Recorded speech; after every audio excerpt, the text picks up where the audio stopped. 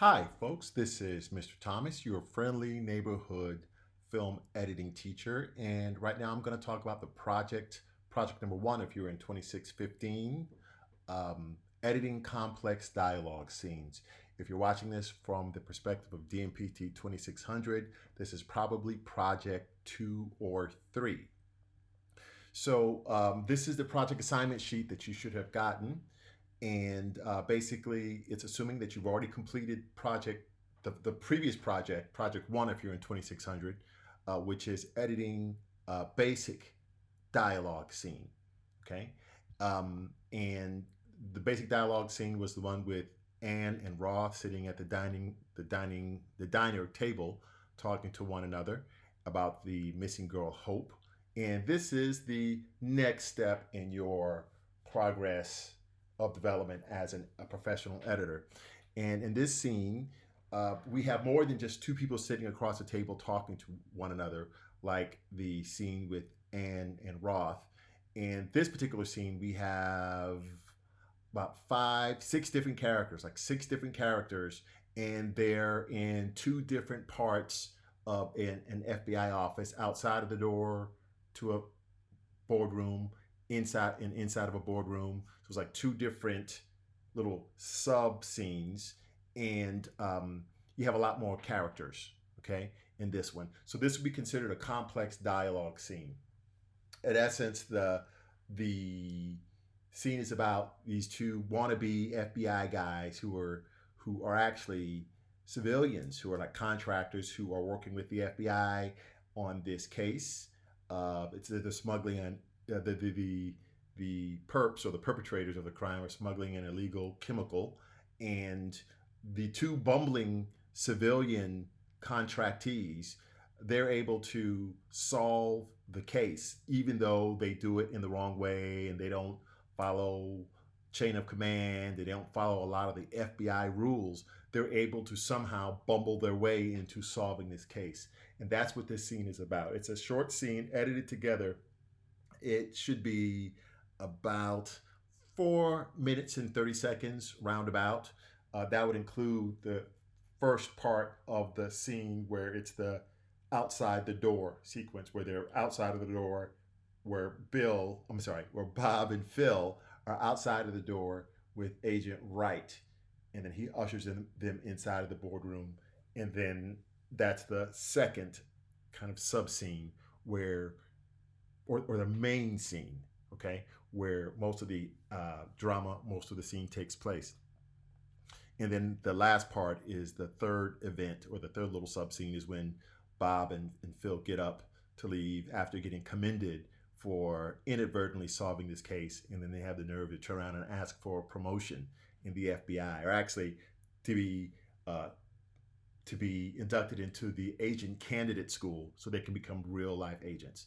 Okay, so it's kind of a comedy scene. So, like I said, as an experienced editor, you're going to extend your skill set to progress from editing a basic dialogue scene to editing a complex dialogue scene. There are 6 distinct events in this complex dialogue scene that you should consider as you start to edit. And this is kind of what I said a moment ago. The 2 agents, Bob and Phil, they enter the room with Agent Wright and they sit down. The second event is Bob and Phil have a brief exchange with Darren. He's a jealous coworker. He's actually an agent who is a serious hater, and he interacts with them and teases them. The third event is the boss, his name is Blithers, enters and chews the agents out for not following a chain of command, not doing things according to FBI protocol. The fourth event is when an agent, Kenny, another agent, his name is Kenny, explains how the 2 agents, how Bob and Phil's work was actually helpful in helping them bust the perpetrators of the crime, the smuggling of the chemicals. And then finally, Bob and Phil get up and leave, and Bob and Phil ask for a promotion. So those are the 5. We'll call them 5 distinct events that actually happen in this complex dialogue scene.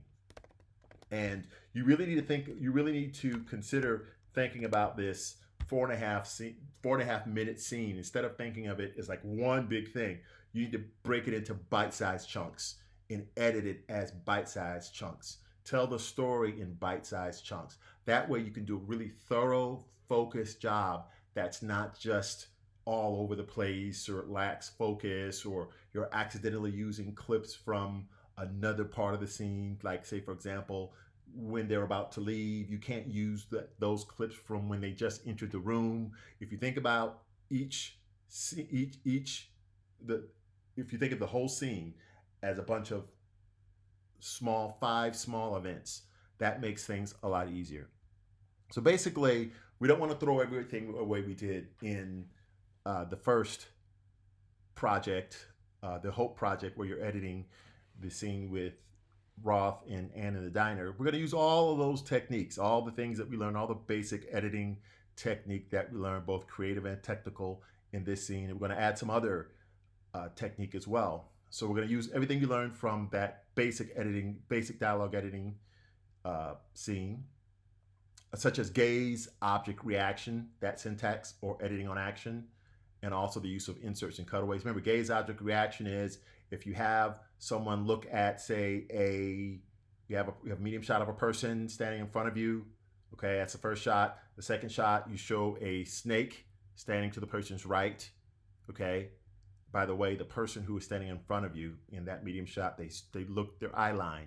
They looked over and saw the snake in that first shot. Second shot is the snake. Third shot, we cut back to the person who saw the snake, the person in medium shot, and they have some sort of reaction. Okay, that's what we call it, gaze, object, reaction. First shot is the person who's doing the looking. The second shot is what they see. It doesn't have to be an object. It could be a thing or person or whatever. And then the third shot is their reaction. It's like a syntax. And you see the syntax over and over when you watch film and television. Gaze, object, reaction. Some people call it gaze, object, gaze. But to be honest with you, the second time when we go back to the person who was doing the looking, there should be some kind of difference. So after he has seen what he sees in the object shot, the second shot, there should be some sort of change. Okay, so in the case that I showed you, I explained with the snake, when we cut back to the person who's doing the looking, he may react so he's scared or angry or whatever.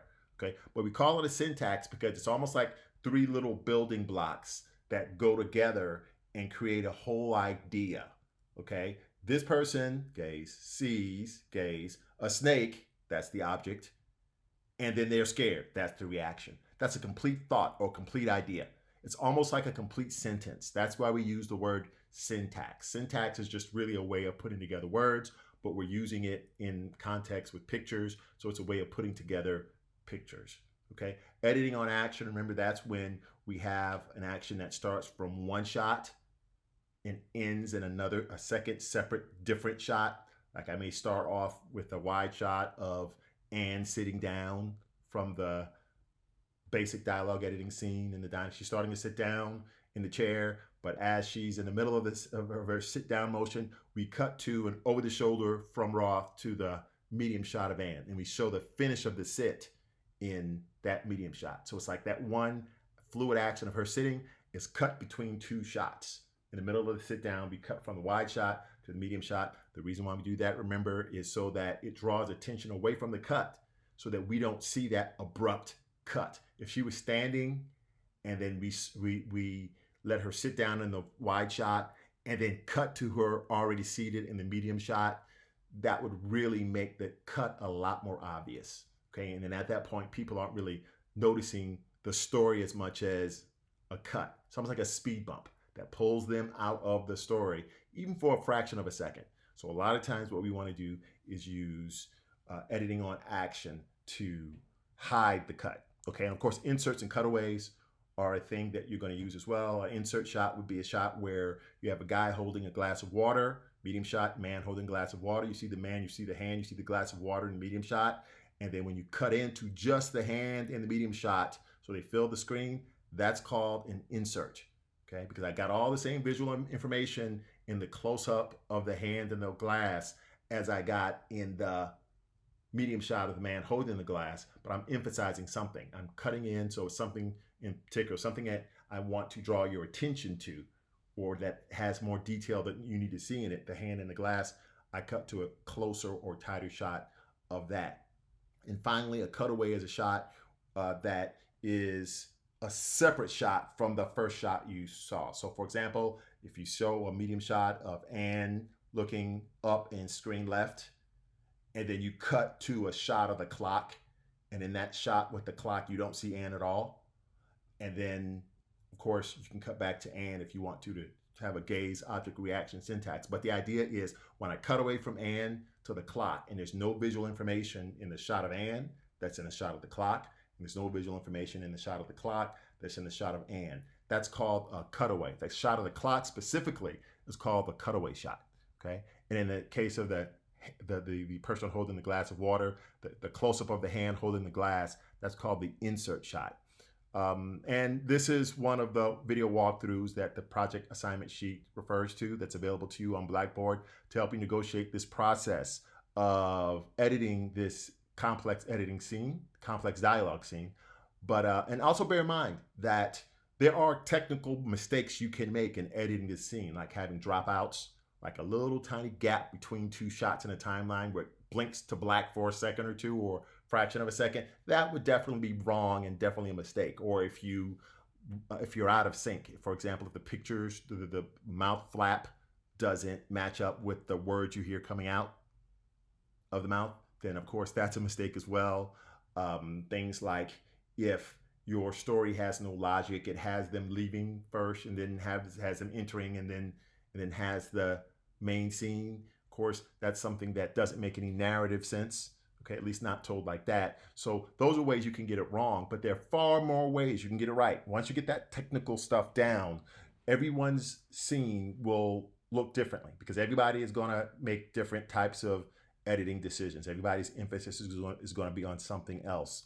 So there are many different ways. If there are 10 people in the class, there are at least 10 different ways to edit the scene. And one thing that's really interesting is after you've edited your scene, you know it by heart, looking at other people's versions of it and seeing the different decisions that they made creatively and saying, oh, I never thought of that. That's a really interesting way to edit the scene. Neither one of them may be right or wrong, just different. Okay?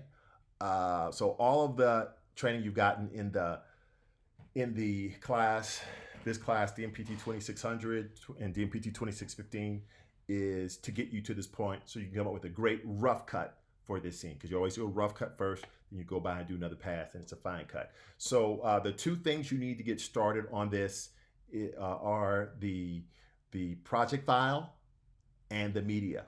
Okay, as you know, the project file is a Premiere Pro project file, a PROJ file, because we do start you off. There's some work that's been done for you as far as organizing the source clips in the project panel for you and labeling the bins that the source clips are organized in the panel. And we start off with the master shots, the master and the submasters in the timeline. So you need to download that project file, and you also need to download the media. Okay, the media, that's the footage that was actually shot by camera on set that you're going to use. Okay, so once you download the media, you want to put it in a folder and put it in a nice organized place. You could put it on your desktop, but if you keep doing that kind of thing, I imagine your desktop can get very cluttered very quickly. So maybe if you have a folder in your documents folder within your document section of your computer, maybe you have a folder for the course, DMPT 2615 or 2600, whichever course you're in.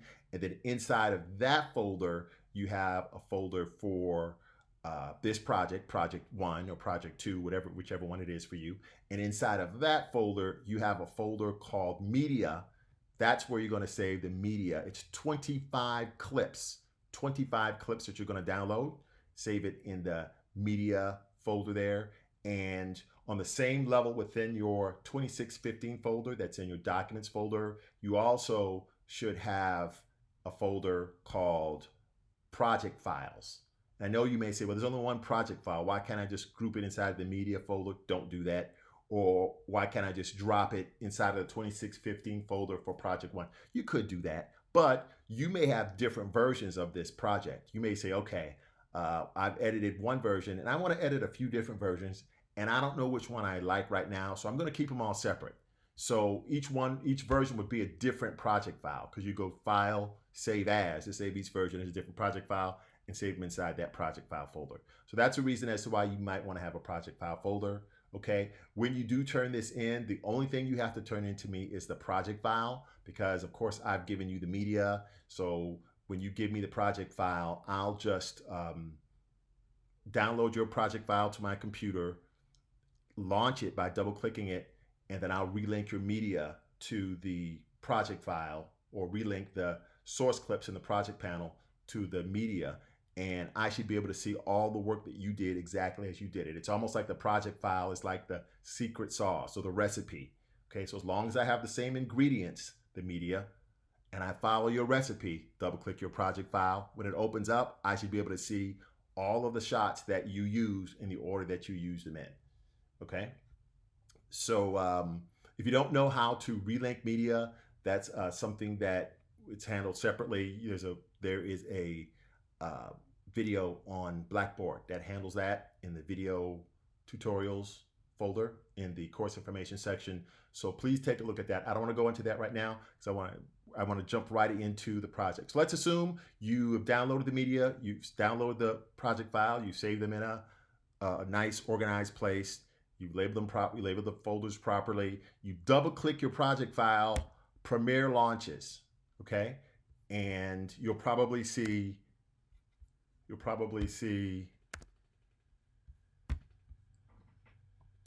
this. This is how your interface should look, or may look very similar to this, okay? And I'm gonna expand my project file, my project folder, I'm sorry, my project panel. I'm gonna expand my project panel really big so you can see it. And you're gonna see that you should have 1, 2, 3, 4, 5. You may have 4 or 5. You may have just 4. This character stills bin might not be in yours. This character stills bin is just for the purposes of this demonstration I'm doing, because I want to introduce the characters to you. But you should have these 4 bins, these lower 4 bins. Okay. While we're talking about the character stills bin, let's go ahead and see what's in there. Let me introduce you to the characters that you will be working with. Okay. The main characters are Bob. Okay, that's Bob. That's one of the civilian contractors. You know, you see the bruises on his face. That shows you whatever they did to break the case really kind of messed him up. There's Phil. He's his kind of his partner. He's his fellow civilian contractor's partner in crime, so to speak. The big boss, the boss of the FBI department here, the FBI group here, whatever you want to call it, is Blithers, and you may recognize him. He is was a pretty famous actor in Hollywood in the 80s and the 90s. And we also have Agent Wright. He's kind of like boss Blithers' right-hand man. Okay. And finally, we have Agent Kenny. And Kenny is the guy who basically shows how Bob and Phil broke the case and did something good for a change. And they're the reason why this whole caper may be solved in the FBI. So what we're going to talk about now is basically just the first event. Like I said, you should break down the scene into several events, okay? And basically, if you look at this next bin called Organized Clips, I have 3 largish sections that I've broken down this scene in, okay? So when I look down here at the Organized Clips bin here in the project panel, okay, I see 3 large organizations or sections of the scene in 3 bins: the entrance, the main scene, and the ending. So it's like beginning, middle, and end of the scene. If I open up these bins, I see that I have in the entrance bin, I have 4 clips. Okay, I'm gonna double click on one. As you can see, this starts with, I'll just zip through it. Wait, what are you gonna say? We showed our intel to Decoy and Willoughby. Right, okay, and I'm gonna say the guy took the first swing, all right? Gentlemen.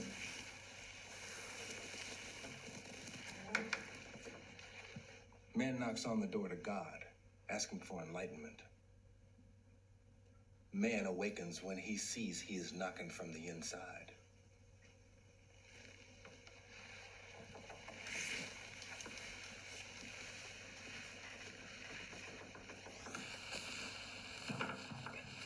Action.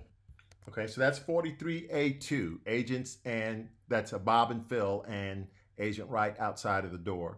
Okay, so that's really the first little mini scene where they're outside of the door. It's still in the entrance sequence, I guess you can call it, but it's the little mini scene where they're outside of the door.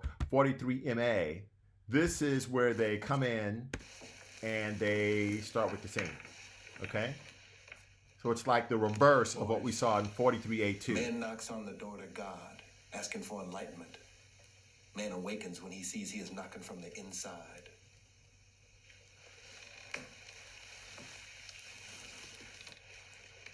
As you're watching this footage, you should look for little visual cues, actions, things that people do. Like when Agent Wright motioned with his hand out, you should start to think to yourself, let me go back to that. You should start to think to yourself, Inside. right here. That's a great action that possibly appears in more than one shot. When you're thinking like an editor, you're like, well, okay, I want to do an edit on action.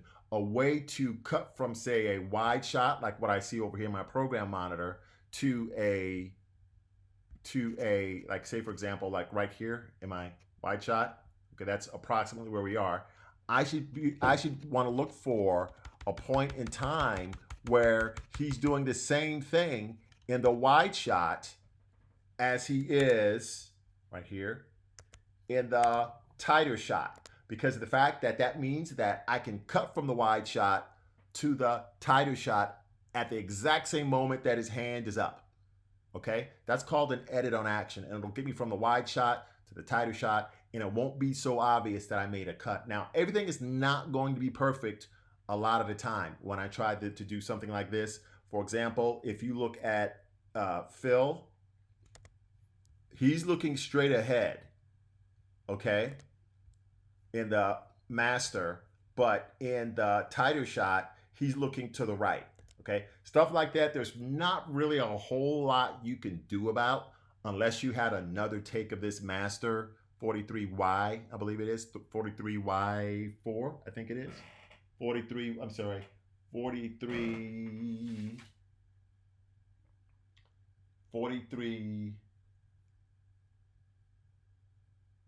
Y4. Yes, 43Y4. Unfortunately, you know, I don't have any other takes of it. I don't have 43I1, 43Y1, 43Y2, 43Y3, and so forth. This is all I have. So I've got to work with it. Okay. You may decide that, hey, you don't want to cut away from it right here from the master to the tighter shot because it's obvious that there's a discontinuity. Discontinuity is the word I use. Something that's discontinuous, something that doesn't match like his head position. But because of the fact that they're so small in the frame here, you may be able to get away with the fact that Phil's head is facing a different direction, because from this distance, by the time you focus in on Phil, if you ever do, you've already cut to this tighter shot, and you know, you just don't miss it. You can try that. Could it work? Possibly. Might it not work? Possibly. And the only way you can tell is if you go ahead and try it. That's what we call the art of the edit. Now, of course, on the set, this is called the discontinuity. Okay. But these are actors, they're only human, they're not robots, so they're not going to mechanically perform anything the same way twice. And even if they try to, it more than likely won't be with the same exact timing. Okay. So going back to how we're organized here, I have the different clips here. Okay. We just saw 43MA. Let me come in. Okay. 43U. I'm not going to watch all of these clips all the way through because that would take a long time. See 43U, where it's the conversation showing Bob and Phil. This is more than likely Darren's point of view. Okay, by the way, just in case you're wondering what that is, that's a smart slate. That tells you that you're shooting double system, meaning your sound is being recorded with a separate device from your picture. Okay, so you can use a film camera or even a video camera these days, and a digital recording device. Okay, and we have to marry the audio with the video so that when the mouth flaps, the right words come out in sync with it or synchronize with it. And how we do that is we just match where we see the clapper or the slate close along with where we hear the slate close on a separate audio clip. Okay, once you match those two up and link them together, everything in this one shot from that point on will be in sync. Fortunately, we don't have to do that in this case because of the fact that we're just given video files and the audio has already been synchronized for us. Okay. By the way, the numbers, the digital numbers on here match the time code that's on the camera. Okay. And of course, 43B take 1. That's the scene number, scene 43. Camera setup B. T is for take, and 1 is first time he did it. So 43B take 1. All right, and then 43W. This is Darren, right here. That's the hater, okay? And this shot just basically shows him coming in and sitting down. And there's a sequence there where he teases Bob and Phil. This is before the boss comes in. That's what's in the entrance sequence, and that's what we're going to edit in this first video right here. However, I do have a main scene which is like pretty much everything that the scene is about. I got another shot of Bob and Phil. This is from the perspective of the boss that's sitting on the other end of the table. Okay. Anytime you see a shot, you always have to ask yourself, whose point of view is this? Okay, because we're looking through somebody's eyes. If you don't see their shoulder and over the shoulder, you have to ask yourself whose point of view. This is more than likely the boss's point of view as well. Okay, so we're looking through his eyes. Okay, this is the boss's point of view at a single of Phil, medium close-up. Boss's point of view, a single of Bob, medium close-up. Okay, and you can see I have the shot description here. The shot label, the scene 43, shot, the camera setup Y, the take 4, LS stands for long shot. That means it's like a wide shot. And then the shot description, master, over the shoulder, blithers. Okay, so basically what that means is that in this shot, 43 wide, take 4, this is the master. I see almost all of the characters in this scene, and I see almost the entire scene, okay, from beginning to end. You can see they come in, they sit down, they get chewed out, they go back and forth with the boss, back and forth with Kenny, and then they get up and leave, okay? Now, I'm watching this on fast forward, so it doesn't take us so much time to move through this, but please know, you must watch this frame for frame, okay?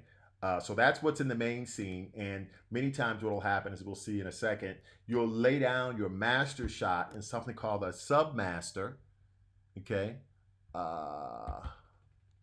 Submaster, let's see, where's our submaster? Our submaster is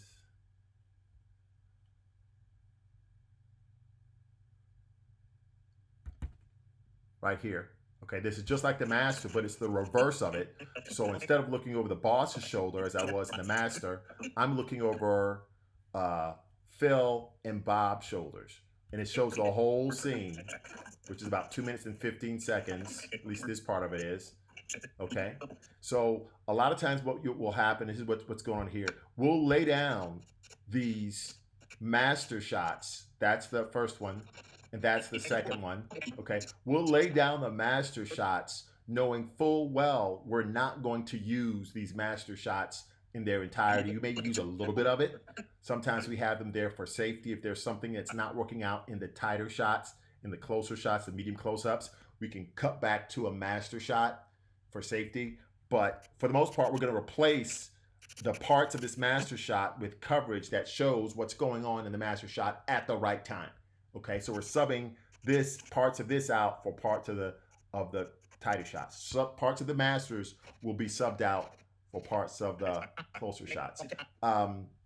As you can see, the master, without going through the whole thing, I've laid out the master and the submaster, they call it. Master, submaster, just 2 master shots.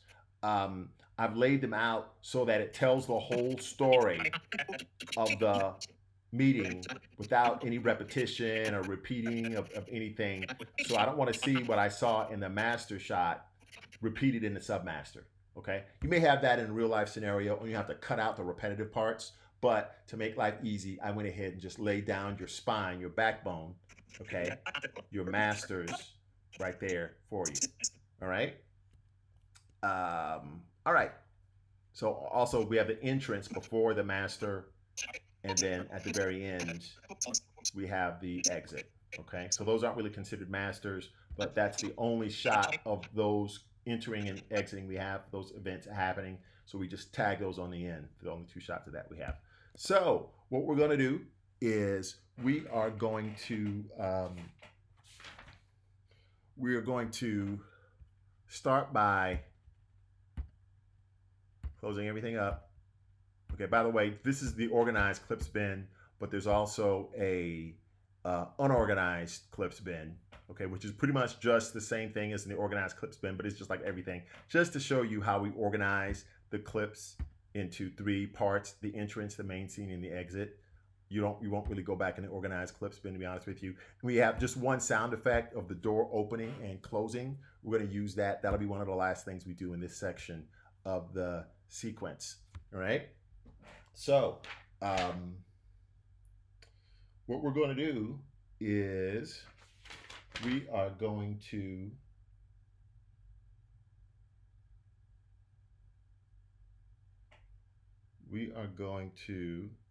all right, I want to do a match shot, and you can see I do have some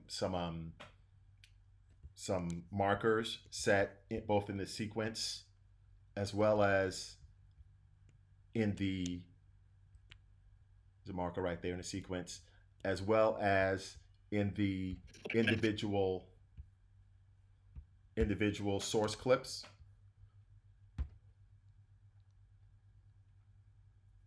Okay.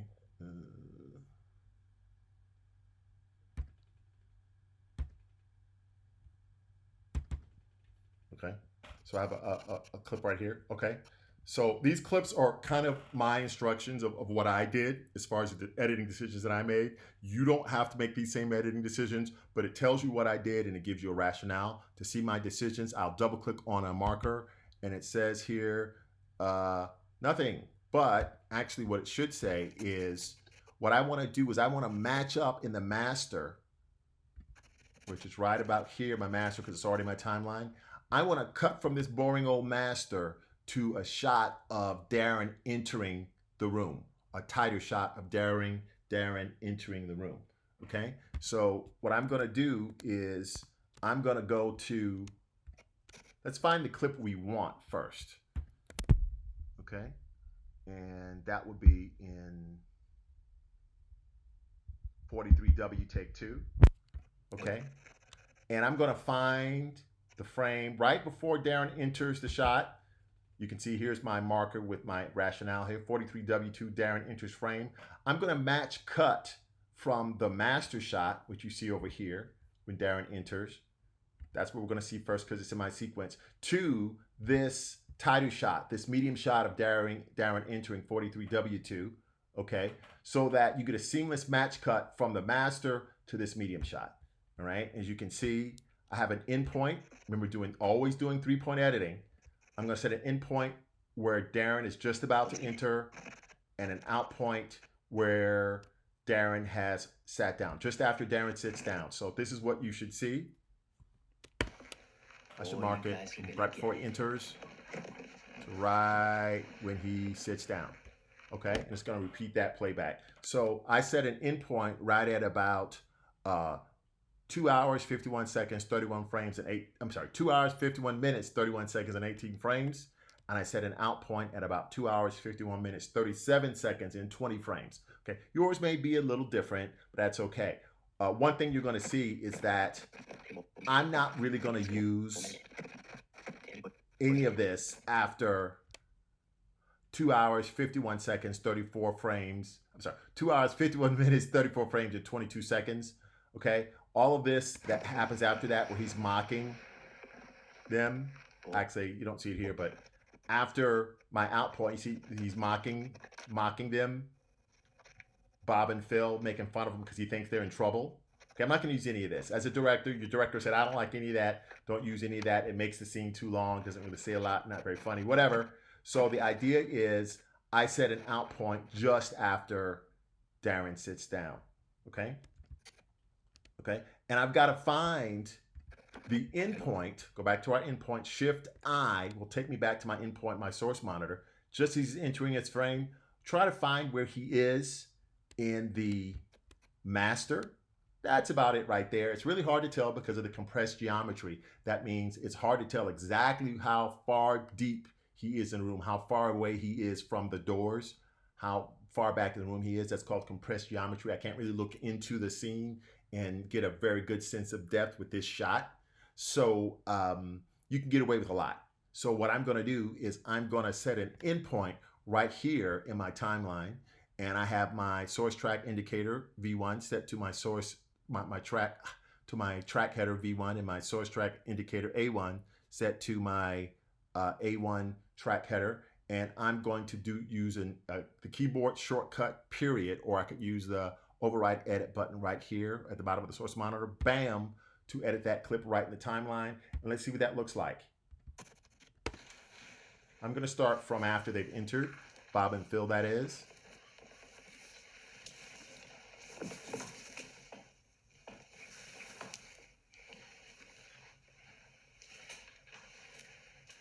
See that? Boy, How seamless that is? Okay, and that's it. And then we cut back to the master. You can see I do have some action there where Phil is just still kind of adjusting his chair, stuff we already saw in the closer shot, but that's okay. We can trim this part away if we need to. But actually, he doesn't adjust his chair in the closer shot, but that's fine. If I needed to trim that away, we can. We're going to see it doesn't even become an issue because I'm going to overwrite this with a reaction from Phil and Bob. Okay? So what I'm going to do next is if I see him walk in, this boy, you guys are going to get it. I need to get a reaction of Phil and Bob. I need to have them see Darren enter and react to him. Okay? All right? I need to see that. So what I'm going to do is I'm going to go to 43U. 43U, take one. Right? And if I watch this clip, I'm going to see right at about here where this marker is, I'm going to see Phil and Bob look screen left as Darren enters, and then look forward again to ignore him. Right there, look left. Phil clenches his fist. They both look forward. Okay? Right there. And they'll do the same thing a couple of times over. We only need one of them, though. All right? So what I'm going to do is, I'm going to look at one of the things. See, he looks at Darren, and then Phil looks at Darren. He clenches his fist. He looks forward, and there's kind of a double take, a real quick look at his eyes. Turns his head slightly, double take. Okay, then he looks back forward again and kind of focuses for both Phil and Bob. So the idea is I'm going to set an endpoint right there from when they first look over at Phil. I'm sorry, when they both look at Darren. And I'm going to set an out point after they look forward. Phil clenches his fist right at about here, right after Phil sighs. That's actually a pretty good place. All right. And so I've set an in point and an out point there in 43, you take one. And remember, the last thing I saw in my sequence was Phil sitting down. But before he sits down, I don't want to have him sit down. I want to cut to their reaction to him as Phil is just starting to sit down. So right here, I've set a marker in it. Right here, just as Phil is starting to sit down, which is for me about 50 seconds and 6 frames into the timeline, I'm going to set an in point. All right, 3-point edit. In point, out point, my source monitor, in point, my timeline. I have my video set, patched correctly. V1 source track indicator set to V1 track header. But I don't want to take my audio. I really could have just done this or could have done this. Okay, I'll just do both to be on the safe side. I don't want my audio. I just want to see the video of the reaction of Phil and Bob, but I don't want to overwrite over the audio of Darren sitting, the squeaking of the chair and whatnot. So what I'm going to do is I turned off my source track indicator by clicking it so it's not blue, and I turned off my track header, clicking it so it's not blue. You could have done one or the other and been okay. I typically do both. And what's going to happen is this, okay? I just edited the clip of Bob and Phil watching Darren come in. Let's go back to right about here. Okay, let's go back to right about here before we make my last cut. We made our last cut. Darren comes in, cut to the medium shot. Boy, you guys are gonna get it. Cut to them, they see him, clench fist, turn forward, and that's it.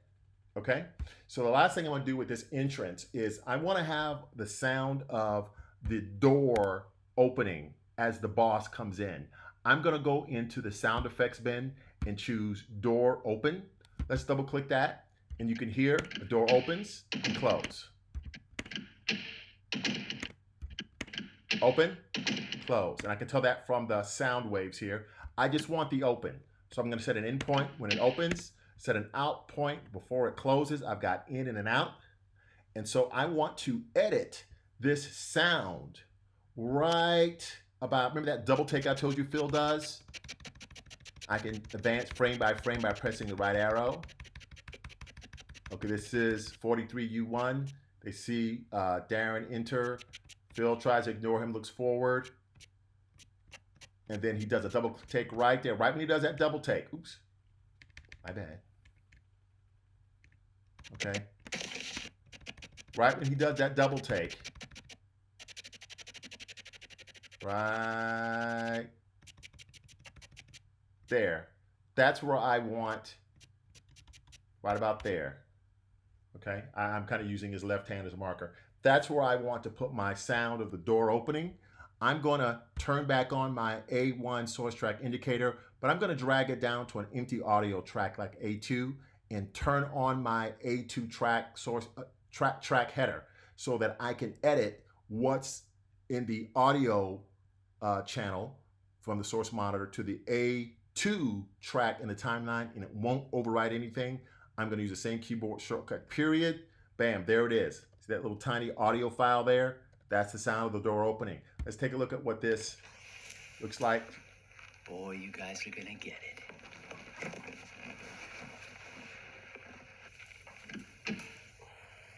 Okay, so it kind of looks like when you see the double take in the door open, it looks like it looks like Phil's gonna look at Darren and glare at him more, but he hears the door open, so he focuses ahead because he knows the boss is about to enter. See that? Little subtle things like that. Okay. So that's all I have for the entrance, folks. And we'll take it on from there. So experiment with that. If your decisions aren't exactly my decisions or you do something different, that's fine. But the important part is you need to be able to articulate why you made those decisions. There should be a narrative reason. That means a story-related reason for the decisions that you make. You don't just do it because you felt like it or because it's pretty. You do it for a specific narrative reason. It may be more aesthetically pleasing for you to cut to Darren later when he enters the room, or if you cut to Darren earlier and say, well, I want to show Darren first and have him on the screen longer because that makes him more menacing or mean or intimidating to these guys. That's a fine choice. I mean, but you have to be able to express it, articulate it, because when your director asks you, hey, this is not what I asked you to do, why did you do it? You need to be able to come up with a reason that's a logical reason that the director can say, hey, now that you articulate it and explain it like that, that does make sense. That gets closer to the idea that I wanted more than what I had in mind originally. Let's go with what you have, Mr. or Miss Editor. So that's all I have.